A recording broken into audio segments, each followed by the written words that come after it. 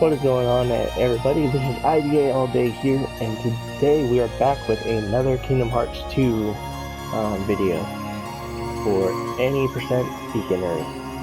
And today we're going to be covering good old Agrabah. Agrabah is a pretty fun world to do for a run, honestly, because this is where we obtain our quick run, which we'll be using throughout the rest of our run. And there's some pretty nifty stuff that we gotta do involving Wisdom Form. So in this very first encounter, we're taking a death. Because it's much faster than trying to end the fight overall based on like hits or time. These guys can kill you rather quickly, but again, it's all RNG, unfortunately, based on what they do for their attacks. So to start, attack this left guy here. If he does this slow wind up, that's unfortunately not a good attack pattern to have.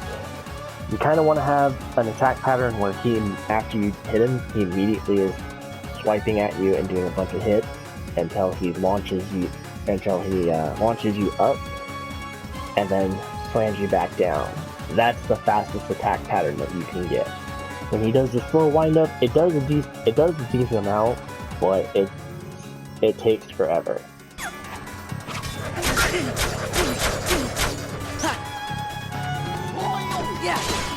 Unfortunately, just find another one. So yeah, this attack pattern that he's doing right here is the best one that you want.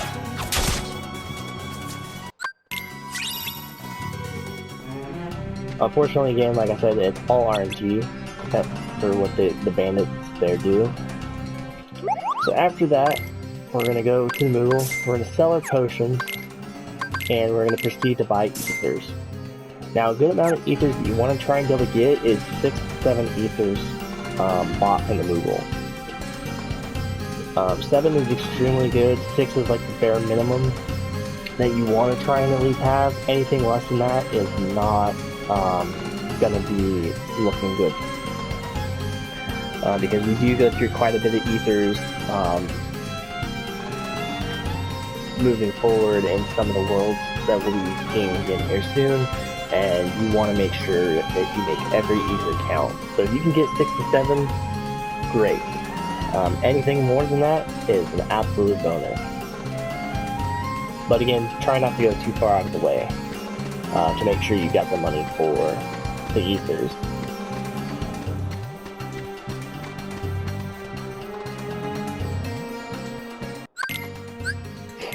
So our first big menu of the game comes after Aladdin joins our party. So we're leaving Donald in this time. Normally we would be switching Donald out for Goofy, but because we're going to be using Wisdom Form for not only movement, but we're also going to be Wisdom Form grinding. So for this menu, we go into items. We're going to take Aladdin. You can either take all of Aladdin's stuff or just take Aladdin's ethers. I like to take the potions just as a backup in case money is extremely tight again going forward for the last Moogle shop that we will visit. So that's just kind of really helpful to have there. After that, we're going to go into abilities. We're going to take off Trick Fantasy, and the reason for that is when we're in one of the encounters later on, we're going to be using a couple limits, and we don't want to accidentally, trying to be fast, accidentally hit Trick Fantasy. Trick Fantasy literally does almost no damage. It's mostly just to get money and orbs and such. So by taking off Trick Fantasy, it allows us to just worry only about Sora's Trinity and not have to worry about accidentally hitting Trick Fantasy. Future runs, you can leave Trick Fantasy on, just be sure to have Trinity preset during one of the encounters, which we'll go over in a little bit. So after doing that, hit circle, go up to Sora, hit R1, go up 2 to aerial spiral.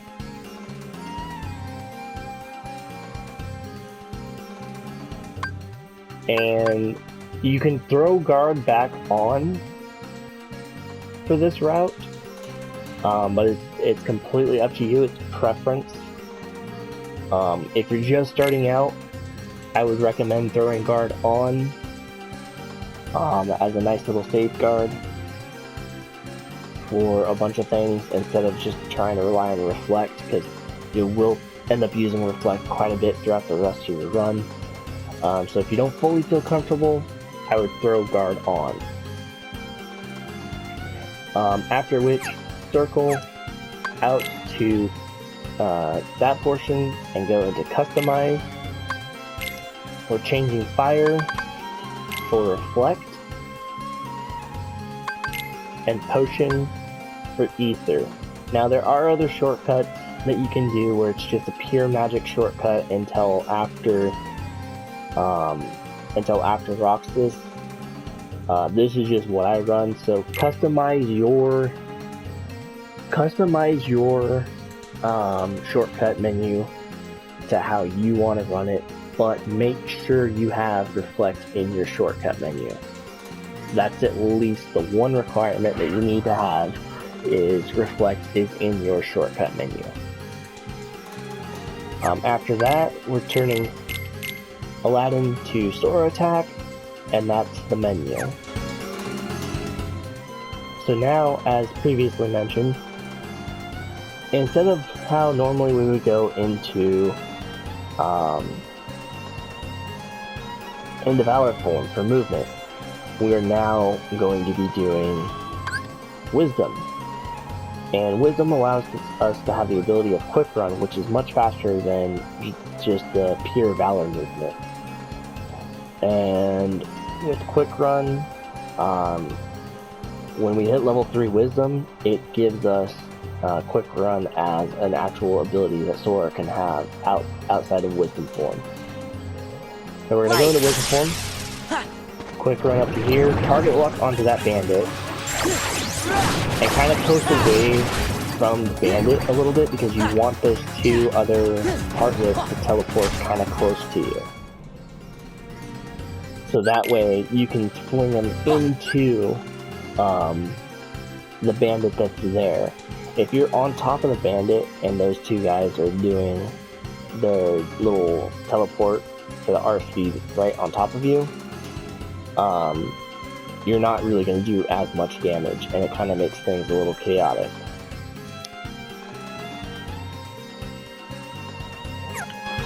So with that, we kill those 3 guys there. Oh, we're not do that, right? We're just gonna go over here. So do the RC. Make sure to pick up this AP chest here. We might have to come back to this. Yeah, I'll play it safe here. No, okay, we're good. So, you want to kill at least a few Heartless along the way there, because after this next room, you're going to want to be level 2 Wisdom. Now, unfortunately, I had bad movement there, so I was not able to do it the way I normally do it. The other workaround is just going around to the other side,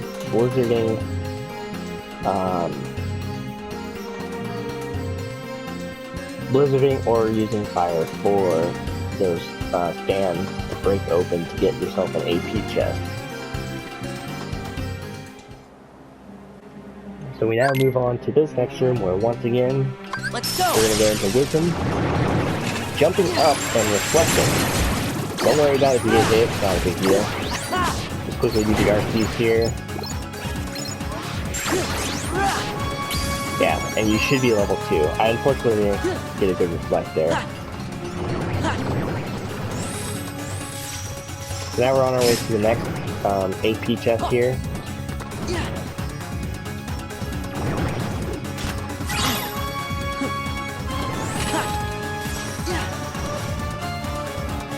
My movement was really bad that go around. So you're going to talk to the little jewel there and then go to the ball. Normally you want to try and, it's not a big deal if you don't get this done in Wisdom.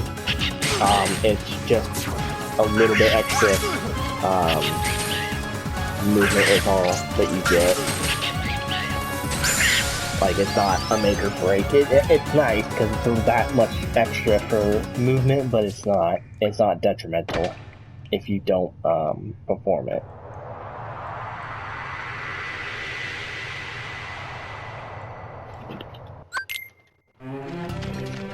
So after that, we're proceeding to the Cave Descent Challenge.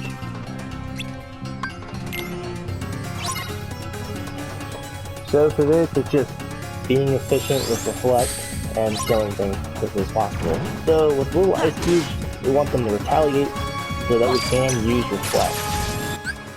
So with the ice cubes, they jump up before they actually attack. So as soon as they hit the ground, or are very close to hitting the ground, that's when you want to cast Reflect. Because that's when their actual attack is happening, and that's when Reflect will activate against them.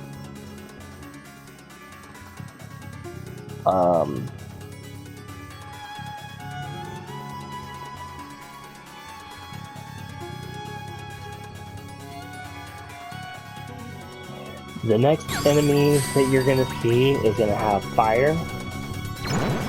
Yeah. We're not going to attack them right now, but when you attack them, they're different from the ice. They immediately will lunge at you after you hit them. So they're here, do a blizzard, flex, come around. Yeah. Normally you can do a reflect there right away, but the Fat Bandit there is RNG as to what he does. So that's why we do the blizzard. Unfortunately. This is it. Unfortunately, this did not go at all as expected. So by now, we're heading down to the final one. You want to try and position yourself as far over as possible, and then start proceeding towards the middle of the arena. And we're going to reflect into Trinity, and that's the end of that. And the reason for that is it allows us to get close enough to the other mage, so that when he uses his blizzard attack at you, you're able to reflect while being target locked onto him, and go into Trinity, which will basically insta-kill him. So now, once again, we're popping Wisdom. Gonna grab this AP boost over here, and proceed to the next encounter. This next encounter is the prime spot for our Wisdom form grinding. Basically, this is where we will hit level 3 Wisdom, so that we will have Quick Run at our disposal for the rest of the route.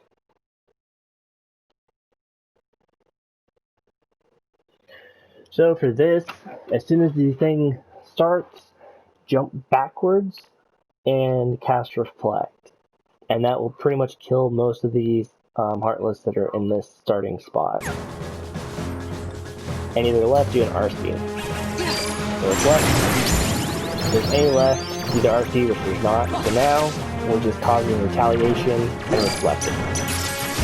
Keep going until you hit level 3. And then reverse. And make sure to get Goofy into your party immediately. Because you want to try and get back to 3 drives so you have Valor for the final fight.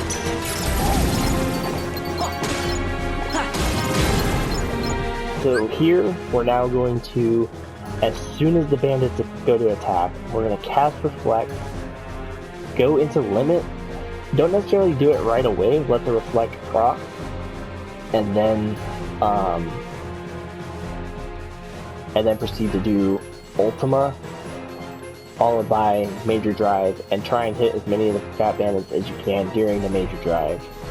And then follow that up with the finisher, and that should kill.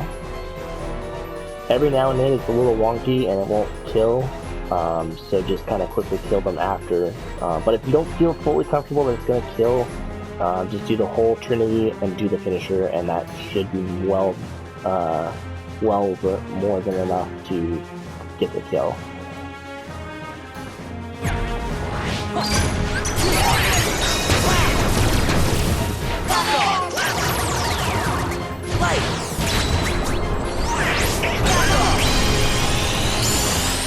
And the reason that you want to try and wait just a split second for the reflect to proc is because, as far as I'm aware of, if you do the Trinity motion too soon, your reflect won't do any damage, and then the rest of the stuff won't kill. For one reason or another. So, after the encounter, don't move. Just immediately go into your menu, go to items, you're going to pop all your AP boosts, hit square to go to abilities, go into Sora, and now you're going to throw on aerial finish, quick run, and you don't have to, but this is what I do because if for some of the future fights when you're using ethers and a bunch of magic, if you get into a hairy situation and you're in recharge, item boost allows it to where it's only 2 ethers that you have to use to get your MP back versus having to use 3 or using 2 and having to wait for the rest of the charge. So I like to throw item boost on in this menu because again, sticky situation, you accidentally run out of MP, 2 ethers gets you back into the game. So then, gonna back out, gonna go into Donald's menu, throw on Cure and Fantasia. Because since Donald's no longer using Thunder, his main role is keeping other party members alive so that you can continue to do stuff. And it also allows for him to cast it on himself, so if he gets close to dying, then he can at least do that. After that, that's the menu, and we're going to proceed forward. Something I like to do before the fight is preset Valor and preset Comet, because since you used Trinity in the last fight, it's going to be on Trinity even though you just added Comet. So now, with this fight, it's a kind of a back and forth between the two bosses. To start out, we're going to be focusing on the Fire Lord, and as soon as you're able to move, be holding up your left stick, or be holding up on your left stick, so that way you're trying to run towards the Fire Lord. At which point you're going to jump into the air and cast Reflect and go into Comet. If you're lucky enough to have moved fast enough to get close to the Fire Lord when he attacks, your Reflect will have procted from the Fire Lord's initial attack and get the extra damage in early as Comet is starting. And during Comet, you're just continuing to attack both with Comet and Sora at the same time because you're trying to get in as much damage as you possibly can before activating Comet Rain.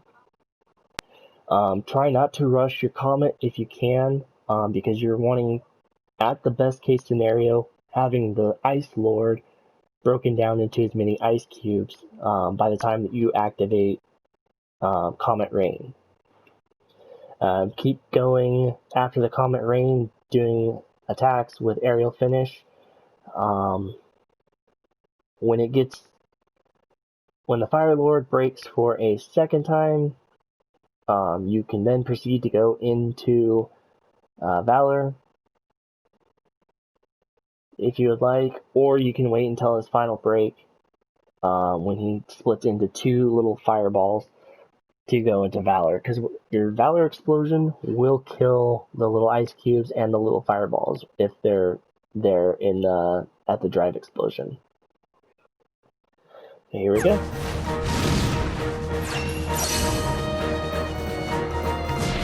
forward, flex.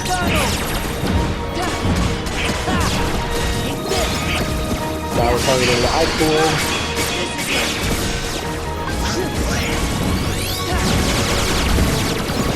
And good scenarios is you get rid of both of them just like that to really push the pace. And with anything, don't worry about destroying the ice cube because the Fire Lord will do that for you because fire and ice don't go well together. And now it's just doing a bunch of combos until you kill the Lord. Now because of their HP, you don't want to do a full finisher on the first go with one of the Lord. You just want to do a few air hits in Valor and lay off. And then jump back into doing another series of attacks until you get to the finisher, because at that point your finisher will deal enough damage to go for the kill.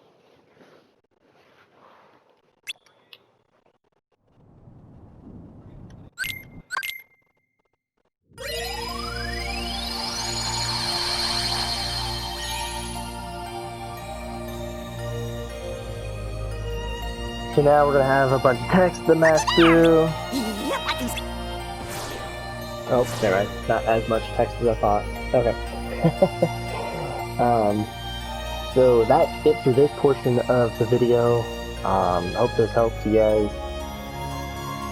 And hopefully I explained it well enough for you guys to be able to understand the general concept of like how to approach the fight for your runs. Once again, there will be a separate playlist involving just purely the encounters themselves with no commentary, just each encounter as a good demonstration of how to do the fight. So that's it for this video. I hope you guys liked it, and I will see you guys in the next one.